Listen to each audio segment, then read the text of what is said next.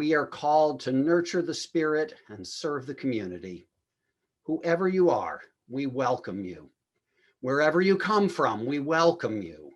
Whomever you love, we welcome you. Whatever your faith tradition or your current perspective, we welcome you. We welcome all of you. It is good to be together this morning. It is my great pleasure to serve as worship associate for a service with our own Steve Farrington as guest speaker. Steve, as you may know, has been a member of our congregation for more than 20 years. He teaches Spanish and French at Monroe Community College. His novel, Rodrigo's Land, was published in 2014. If you are here for the first time this morning, we especially welcome you. We have a visitors form whose address can be found in the Zoom chat window. You can find the button to open the chat at the top or bottom of your screen with an icon of a text bubble and the word chat. Please click on the visitors link and fill out the form so we can offer you a welcome beyond this worship service. As we gather this morning, we invite you to pop into the chat and offer a greeting. It might be a quick hello or I'm here or whatever you prefer. Welcome to worship at First Universalist.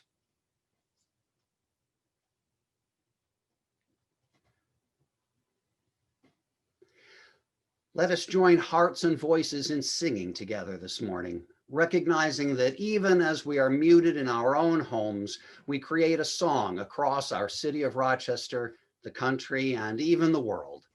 Our opening hymn, We Are the Earth, Upright and Proud, was penned by Kenneth Patton, the 20th century Unitarian Universalist poet, theologian, and path-breaking minister of the Charles Street Universalist Meeting House in Boston.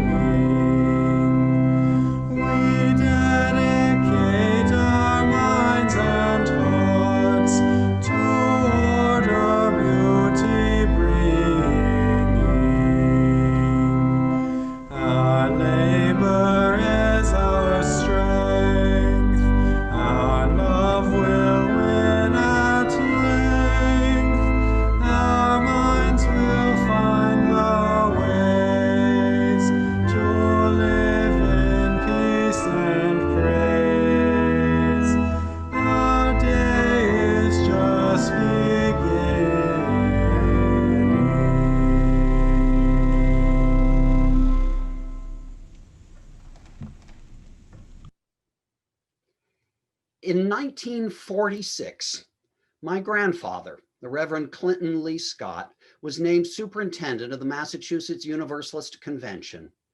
One of his principal accomplishments in 1949 was to establish the Charles Street Meeting House in Boston and to hire Ken Patton as its minister. Over the next 20 years, Charles Street pushed the boundaries of Universalism and later Unitarian Universalism toward ever more universal, that is, not predominantly Christian, theology and worship. Patton's voluminous poems, prose, and hymns remain very widely used today. His signature book on the Meeting House begins with the following poem. Leave your journeyings to build temples and adorn them with intimations of longer journeys you cannot take and images of countries you may never enter. In far off times, others will put their carvings beside yours and light candles where long ago yours burned away. In their celebrations, there will be a lingering of your questions and your solicitations. The rafters and the pillars will remember your dreams, and your children will discover the beauty of your ancient hands. Come, let us worship together.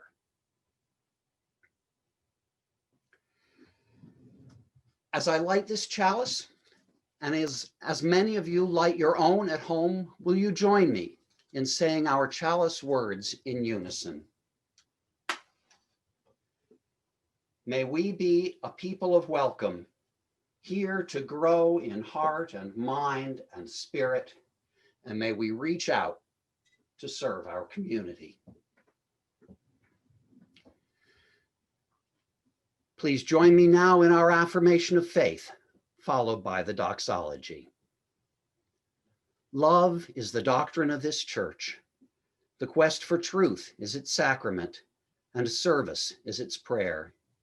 To dwell together in peace, to seek knowledge in freedom, to serve humanity in fellowship, to the end that all souls shall grow into harmony with the source and meaning of life.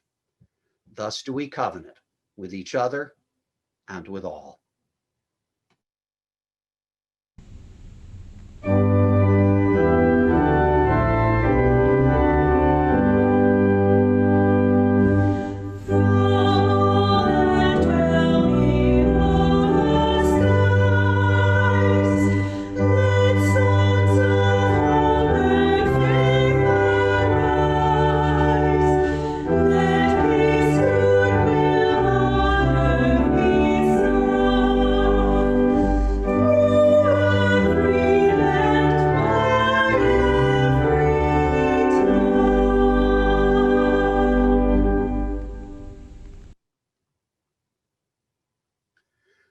We are the heirs of all that our ancestors have wrought, their science and their art, accomplishments and failures, joys and pains.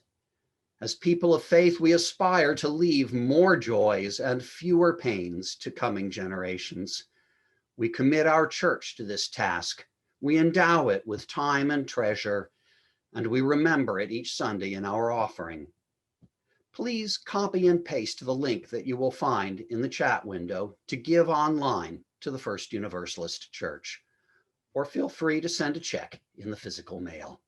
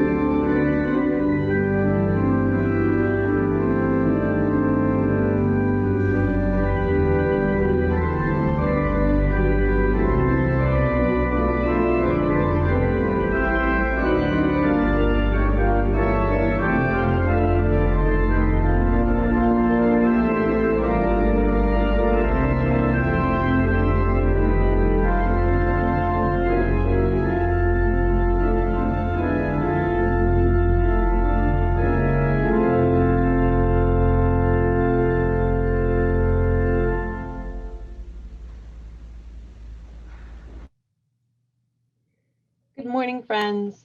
Today I want to tell you about one of our great Universalist ancestors that we don't hear much about because I had yet to find a good story about him, but now I have one.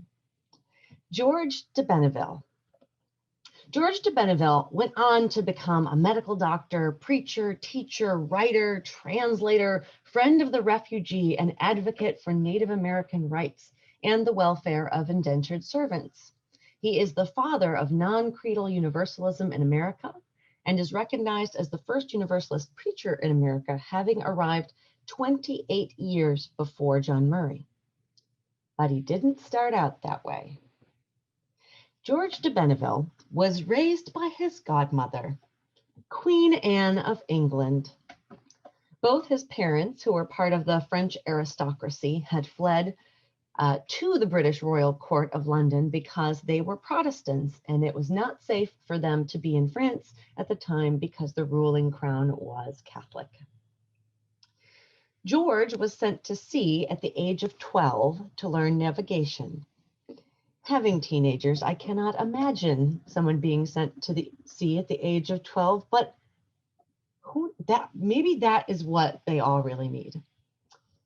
He was a midshipman in a war vessel attached to a small fleet bound for the Barbary Coast, which is the coastline of the northern edge of Africa, on a diplomatic mission.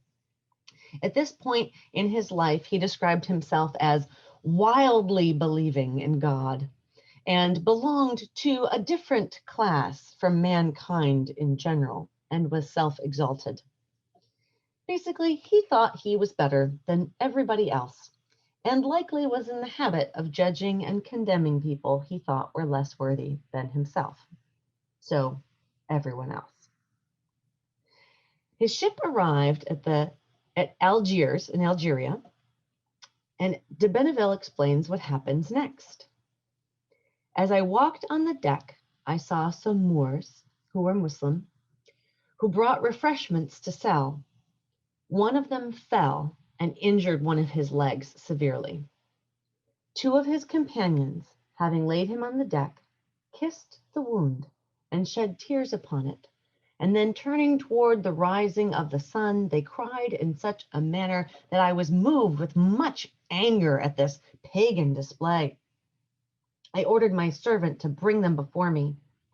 Upon demanding the reason for their outcry, they, perceiving that I was angry, implored my pardon and told me that the cause was owing to one of their brothers having hurt his leg by a fall, and that they kissed the wound in order to sympathize with him, and likewise shed tears upon it, as tears were saltish. They were a good remedy for the hurt. And the reason for their turning toward the rising sun was to invoke him who created the sun, to have compassion upon their poor brother and be pleased to heal him. Upon that, I was so convinced and moved within that I thought my heart would break and that my life was about to leave me. My eyes were filled with tears, and I felt such internal condemnation that I was forced to cry out and say, "Are these men heathens? No, I confess before God, they are Christians, and I myself am the heathen." Behold the first conviction that the grace of our sovereign good God employed, that he was pleased to convince me, a white person who carried the name of a Christian, of his sin, in showing them blacks, whom I had called pagan, as far more compassionate and humbled before God than myself. For 15 months, de Benneville remained in a state of irreconcilable self-loathing and depression. This time brought de Benneville's arrogance to its knees, and he discovered the place of emotional humility within himself, a contrite heart. His religious transformation began in the moment of utter contrition, linked to a deep and abiding sense of humility. Contrite rather than arrogant and humbled rather than depressed, de Benneville discovered he was not standing alone before the judgment seat of God. He had a vision that Jesus was standing next to him, telling him and God that not just de Benneville, but all people were forgiven by Jesus' sacrifice. And God was wholly free to dispense God's boundless, universal love and immeasurable mercy. I'm sure so many of us have found ourselves in that place of realizing, oh dear, what have I done? Where have I been coming from? This is not who I am proud to be. But to remember that we are not alone in that experience, and not alone spiritually. That boundless love, universal love, and immeasurable mercy are with us all the time. We are here together in a community to share that love and mercy with each other on this journey, growing, becoming, forgiving. Thank you.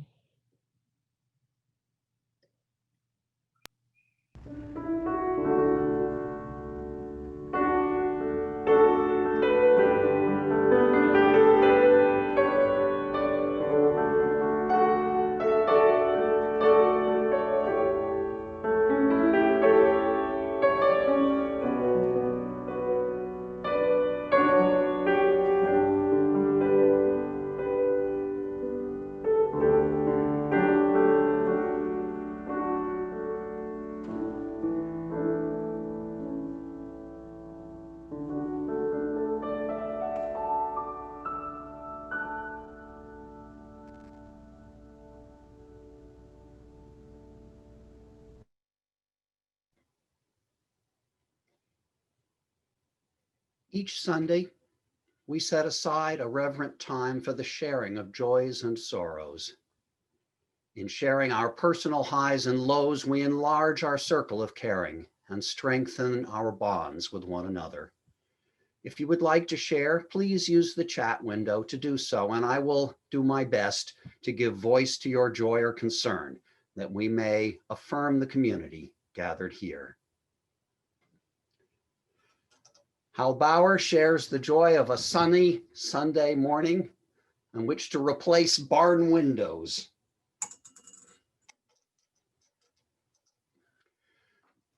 Tom Williams speaks in memory of Joanne Rapalea, who passed away on Wednesday, a member of his Scrabble group.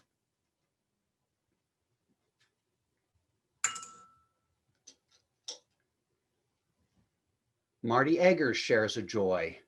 My daughter and granddaughter came over yesterday to take a long walk with Hershey and me.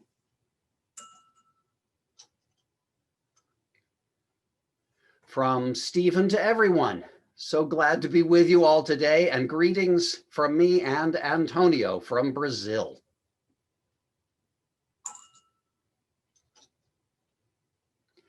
From Nancy Gady to everyone. Sadly, we had to say goodbye to our kitty Jenny this week.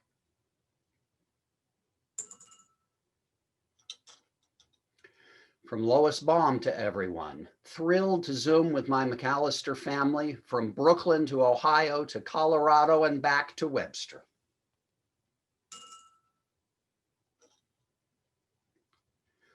From Jacob Santos, wishing all who observe a joyous Advent.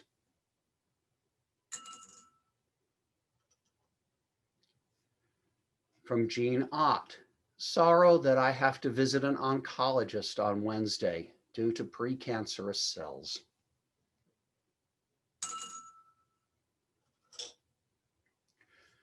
From Dave Van Arsdale, for grandnephew Alex being tested for COVID with breathing issues. From Janice Mary Jones, our friend Ann McCullough, who is very compromised, is symptomatic with COVID-19. She's 80.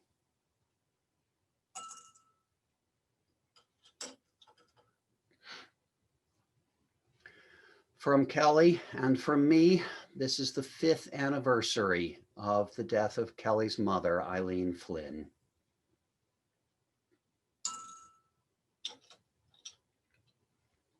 From Richard Gilbert, enjoyed celebrating birthdays of 12-year-old granddaughter and 18-year-old grandson.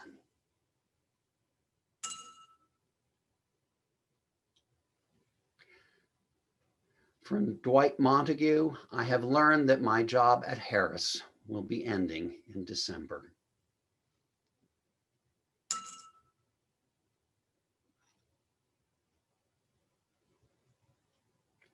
And we drop one final stone into the bowl to represent all the joys and sorrows left unspoken in the silent sanctuaries of our hearts. May all be held in love.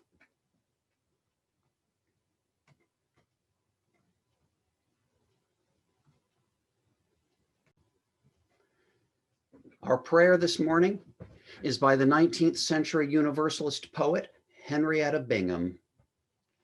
To all alone, unloved, unknown, whose hearts yet beat with mine as one, bless each and all tonight. Your unshared dreams, your unheard prayers, your secret hopes and fears and cares find life and place and light. There's not enough of love to lose. There's not enough of joy to choose, yet all deserve life's best. Life is so brief, and grief so strong, and joy so short, and tears so long. Let each and all be blessed. O friends beloved, bless keep you all. On every one rich blessings fall, on all beneath the heavens.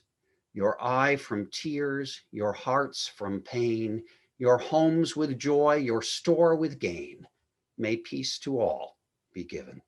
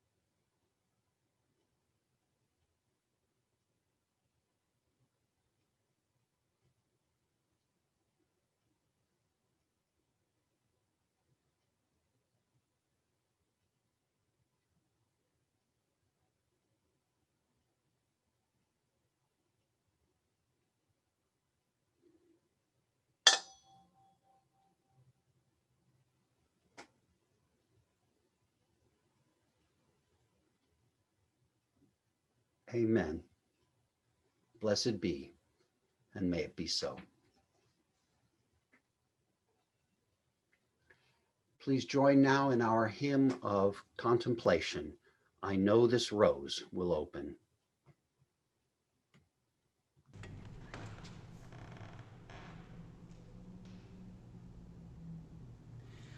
I know this rose will open. I know my fear will burn away.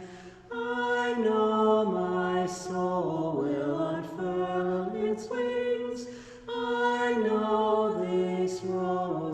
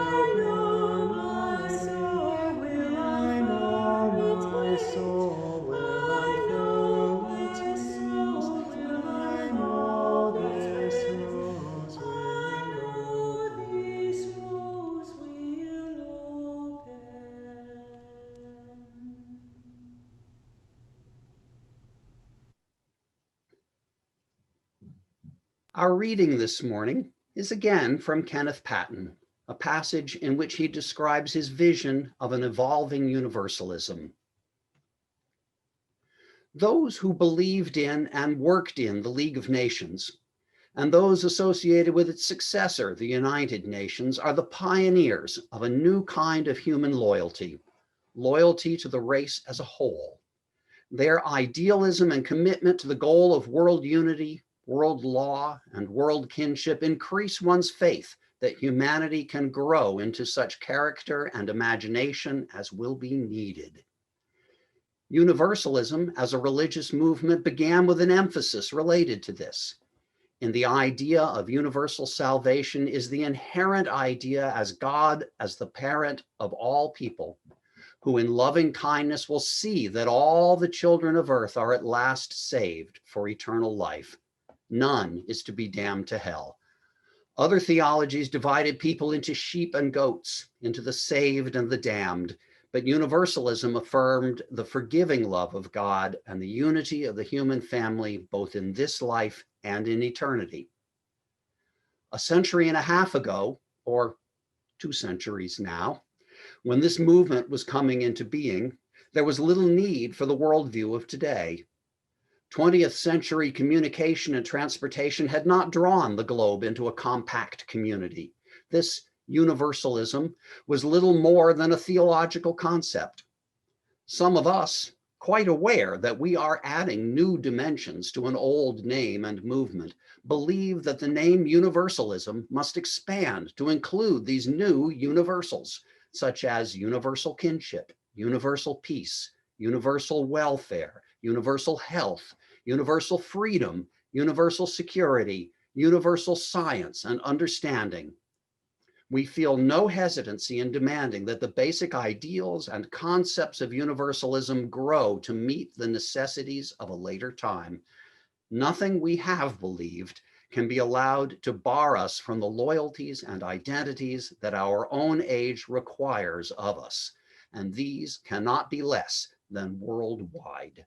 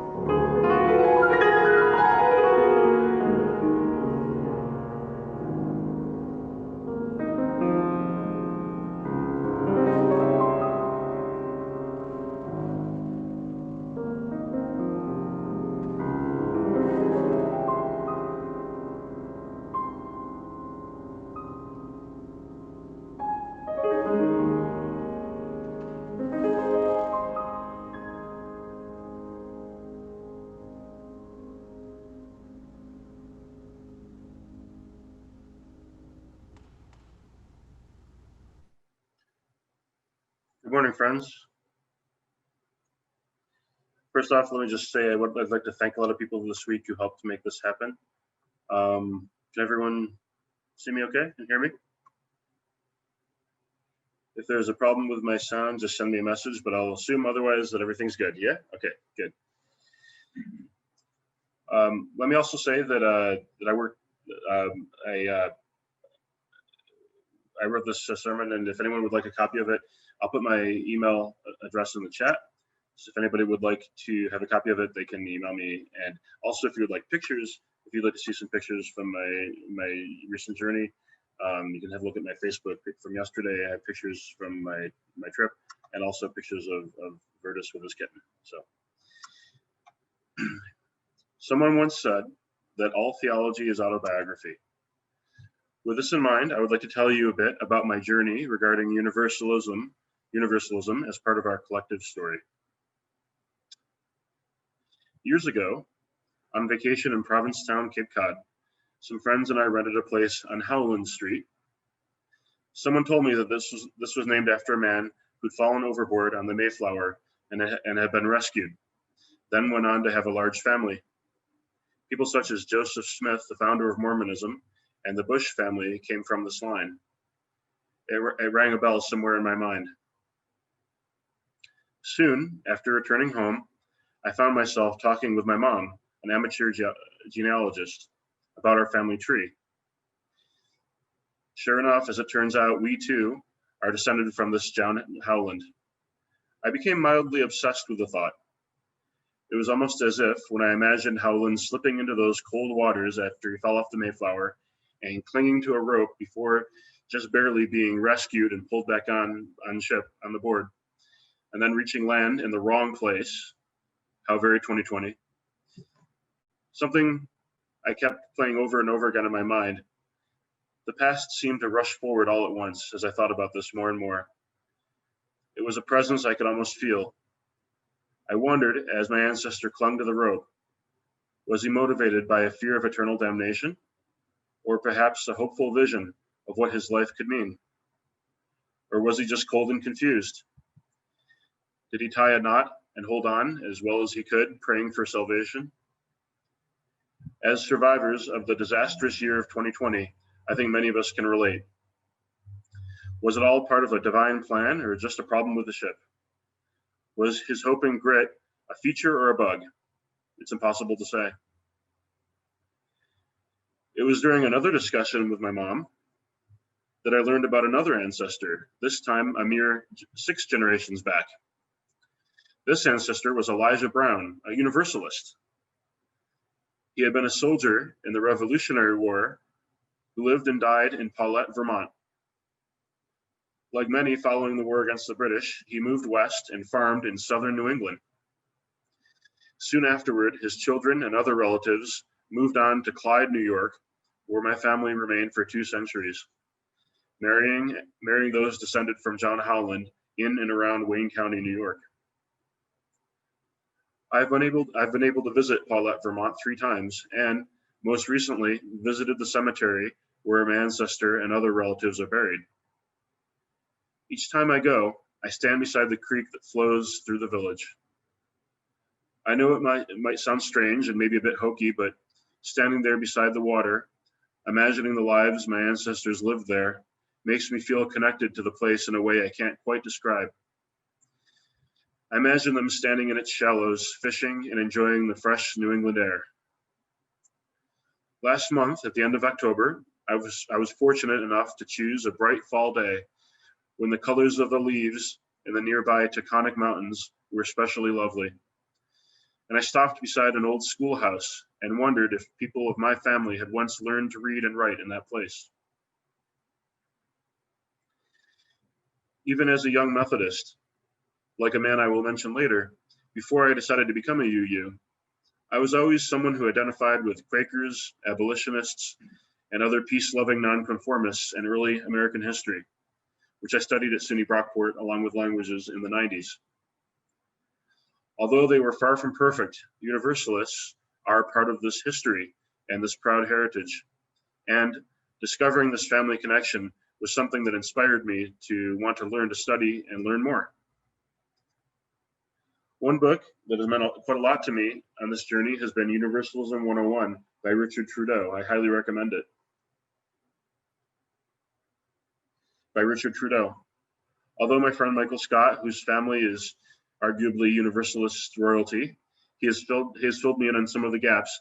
Let me just say that this little tome has been an inspiration as I have explored the Universalist side of our faith, which, as Trudeau argues in his book, has sometimes been relegated to the proverbial attic of our denomination. I could go on for hours, but for now, I'd just like to share a few tidbits and treasures of Universalist history, some of which you may already be familiar with. For those who have just recently discovered our faith, these tidbits may be new. It is my hope that some of this may appeal to you and inspire further exploration, whether or not you have, as I like to say, Universalists in the attic or your family tree. Because, you see, Universalism is part of our American story, as well as an integral part of the spiritual community that we call home. Richard Trudeau writes a lot about the uniquely Christian heritage of Universalism, which I like.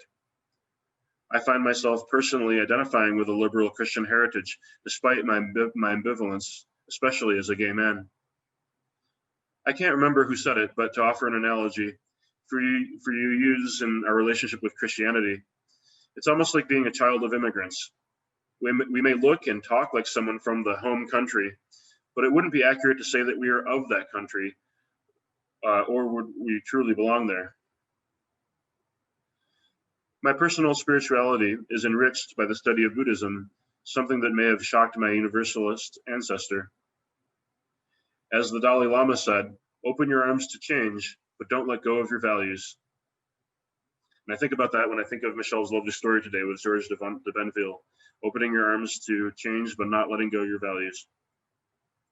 The Dalai Lama has also pointed out that our 2 great religions have at their core is compassion. And this is a really important observation. Trudeau's book expounds on some of what he finds most useful in our Christian heritage, while urging us to let go of what might no longer be relevant for us as modern liberals and modern religious liberals. His charming little book is full of Universalism basics and gems, such as old churches and places you can still visit today, scattered all over the Northeast and elsewhere, and all over the US, North and South. One of several spiritual ancestors I'd like to mention, and whom Michelle did a great job talking about, and I'd like to explore a lot more, is George de Benville. He was an English descendant of French Huguenots who studied medicine, traveled extensively, and was threatened even with the guillotine before moving to Pennsylvania and becoming the father of American Universalism. One quote I found from him that resonated with me was, "My happiness will be incomplete while one creature remains miserable." I'll say it again. "My happiness will be incomplete while one creature remains miserable." This quote from George de Benville was written by a liberal Christian in the 18th century, but could easily have been said by a modern UU who embraces Buddhism or even veganism today. I invite you to take a moment and reflect how this man, writing over 2 centuries ago, said something that covers at least 3 of our 7 UU principles. Also writing and preaching in the 18th century was James Relly, R-E-L-L-Y, a Welsh Methodist minister who influenced Universalism. He held that Jesus Christ's unity with all humans, his sacrifice for all people, meant that everyone can be saved, that all human souls will achieve salvation. When I read that Relly believed that all human souls will achieve salvation, I was reminded of what we say every Sunday, to the end that all souls shall grow into harmony with the source and meaning of life. Thus do we covenant with each other and with all, or as some would say, or with God. This is also what my Brazilian husband believes in his system of spiritismo, a topic for another day. James Relly was an important inspiration for someone most of you have likely heard of, John Murray. In fact, Michelle mentioned John Murray today. UUs like to joke that our only true bona fide miracle occurred exactly 250 years ago this fall, as John Murray's boat landed off the coast of Good Luck, New Jersey, and there met a man named Thomas Potter, probably a Quaker Baptist, who had built a chapel for a Universalist minister, even though there were none available. John Murray at first declined to preach, promising only to do so if his ship were delayed beyond Sunday, which eventually it was. Of course, the rest is history, as Murray, who had given up on religion, was so moved by the experience of preaching in Potter's meeting house that he would later go on to organize Universalism in the Northeast. Thus, a problem with a ship led to something beautiful, something literally a product of good luck, or perhaps a divine plan. John Murray had had a grim Calvinistic upbringing that terrified him, but he discovered, through James Relly, a loving God, and a religion stressing hope and harmony over fear. He grew to see God as a loving Father, and all people as his brothers and sisters. This stood in stark contrast to the beliefs of his day, and was to have a profound impact on Christianity moving forward. In the interest of time, I won't get into Hosea Ballou, as this luminary is worth several sermons dedicated to him alone. And for those longtime members of our church, you might remember that Reverend Tiger used to preach a lot about Hosea Ballou.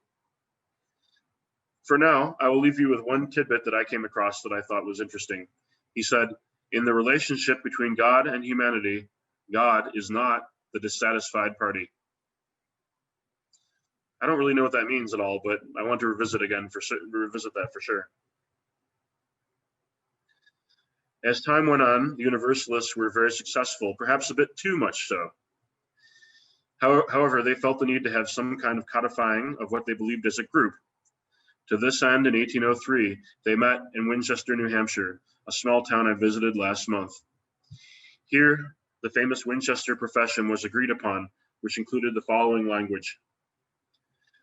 We believe that there is one God, whose nature is love, revealed in one Lord Jesus Christ, by one Holy Spirit of grace, who will finally restore the whole family of mankind to holiness and happiness. For those of you like me who have dabbled in the Episcopal Church, you may recognize this as something similar to the Nicene Creed. As you can see, Universalists were still explicitly Christian by the early 19th century, although this profession included a liberty clause that gave individual members and congregations a kind of off-ramp in case they needed one. As time went on, both Universalists and their cousins, the Unitarians, were influenced by factors such as the writings of the Transcendentalists, humanism, industrialization, and a lot more.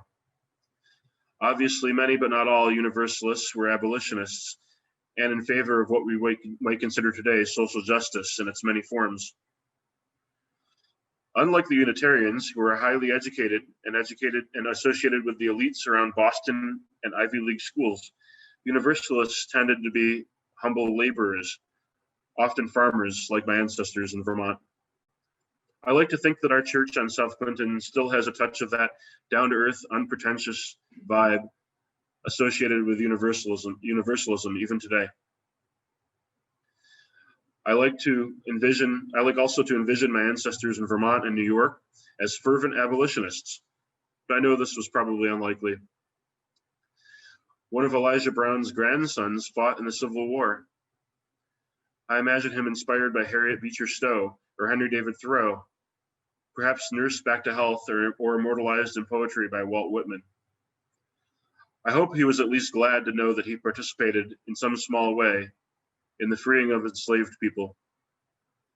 I hope that my ancestors helped in the many way stations of the Underground Railroad, as so many Universalists, Quakers, Unitarians, and Methodists, among many others, did. But there's really no way to know.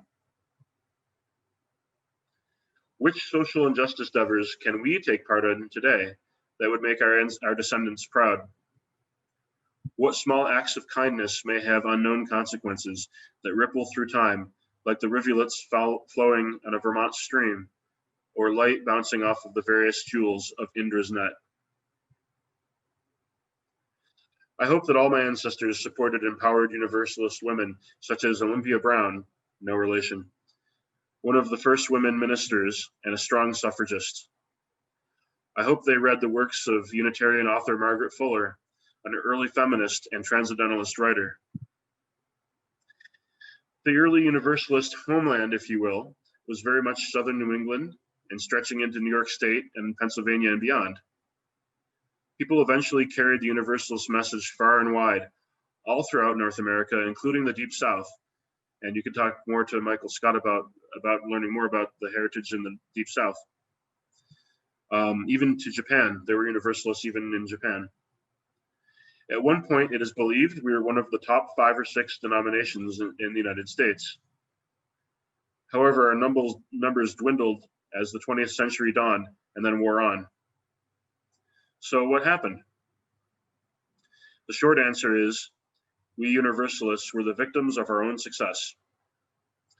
As time went on, people grew beyond the Calvinist doctrine of predestination, and the thought of eternal damnation by an angry God became less and less appealing. Thrifty and industrious Americans preferred the image of the self-made man or woman, and the idea that some were damned through no fault of their own was ultimately consigned to the trash bin of theological history, where it probably belongs. As Universalists, we've never been interested in getting into heaven as much as getting heaven into earth. Therefore, social justice and developing our spirituality became more important than other considerations. As others have pointed out, you don't have to overcome your humanity to be worthy of love. In other words, what is within you is already holy and good. Each part of creation participates in that which is holy, and there are no lines between the saved and the damned. So now that we had won the argument by the early 20th century, whither the Universalists? Thanks to Michael Scott, I was able to learn of a dynamic effort to revive Universalism in what was essentially a post-strictly Christian world following the Second World War.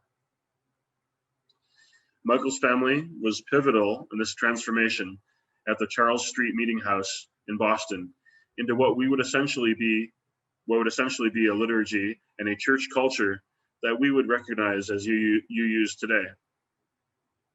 This dynamic church was a national model for what modern universalism could look like.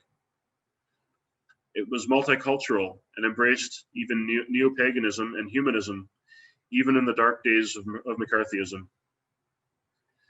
To hear some tell it, not much happened in the years leading up to the 1961 merger, when Universalism, often described as an aging and struggling spinster, married the less tragic Unitarians, whose goods helped both to survive. After this, all of her stuff was placed in the attic, seldom to be seen again. However, the story is much more complicated than that. When asked what Universalists stood for, L.B. Fisher once famously responded, we don't stand at all, we move." I think that what he had in mind was people evolving and changing with the times. But as one who loves to travel, I will take him literally. Let me briefly tell you about a recent road trip I took to New England in search of more of my family heritage. I stood beside the grave of my ancestor in Paulette, Vermont. I drove north to St. Albans, where more of my ancestors farmed, and as a bonus, I got to visit with our friend and UU minister in training, Vertus Robinson. And I met his kitten. Soon after this, I spent some time in New Hampshire campaigning and getting out the vote for a candidate that I shouldn't name, but whose values we share, and may have been successful. While visiting a former mentor near Keene State in New Hampshire, I heard that Winchester was nearby, and I drove over to take a picture of the site where the Winchester profession occurred in 1803. In each of these places, I stood and closed my eyes, letting the voices of our Universalist history whisper to my spirit. Where did they want me to go next? At each step of this journey, my soul has felt called, as if some kind of Universalist spirit of synchronicity has been gently tugging at me, urging me to cross to the other side of the stream and bring back something for my tribe, or to crawl from the sea with new hope for a brighter tomorrow. Clinton Lee Scott, Michael's grandfather and a noted Universalist minister and historian, wrote the following, and it has never seemed more true and more appropriate than now. When Universalists today emphasize individual freedom of belief, the unrestricted use of reason, religion as a way of living, human beings and their welfare as central in organized life, truth as the only authority, the nurture of the inner spirit and the Bible as one of the many forms of revelation, they are stressing principles which were central to the faith of the spiritual reformers. To leave this heritage out of consideration is to render difficult the understanding of the universalism of the present day. To leave this, I'll say that again. To leave this heritage out of consideration is to render difficult the understanding of universalism of the present day. Thank you for listening and accompanying me in the telling of my journey so far of exploring universalism. I hope that it has been useful for you and that it may inspire you to do your own reading and exploring and some reflection of your own. Blessed be, and may it be so. Thank you so much, Steve. Our final hymn is Years Are Coming, with words by the great 19th century Universalist Aidan Ballou, socialist, pacifist, abolitionist, and founder of the Hopedale Utopian Community.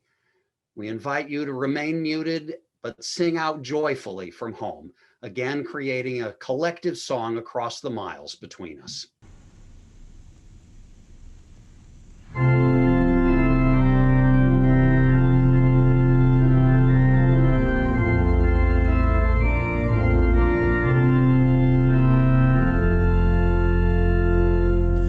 Years are coming, speed them onward, when the sword shall gather rust, and the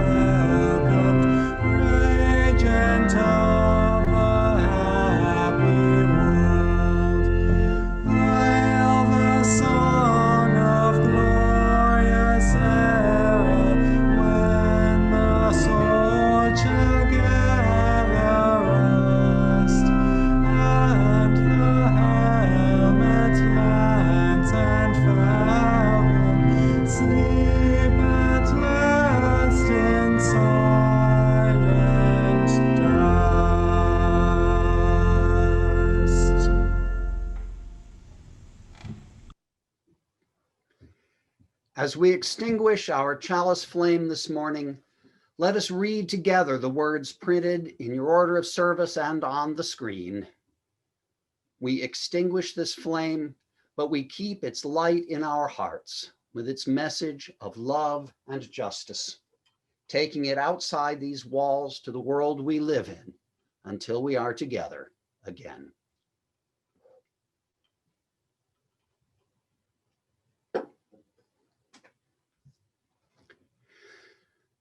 Though we cannot be seated next to one another, we are still connected in this community.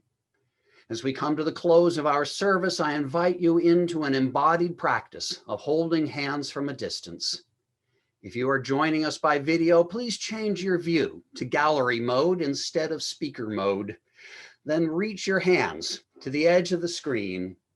For folks here by phone, place a hand over your heart and bring to mind someone you love from this congregation.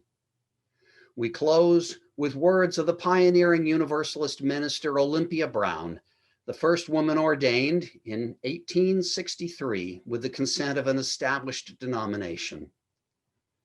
Stand by this faith, work for it, and sacrifice for it. There is nothing in all the world so important as to be loyal to this faith, which has placed before us the loftiest ideals, which has comforted us in sorrow, strengthened us for noble duty, and made the world beautiful.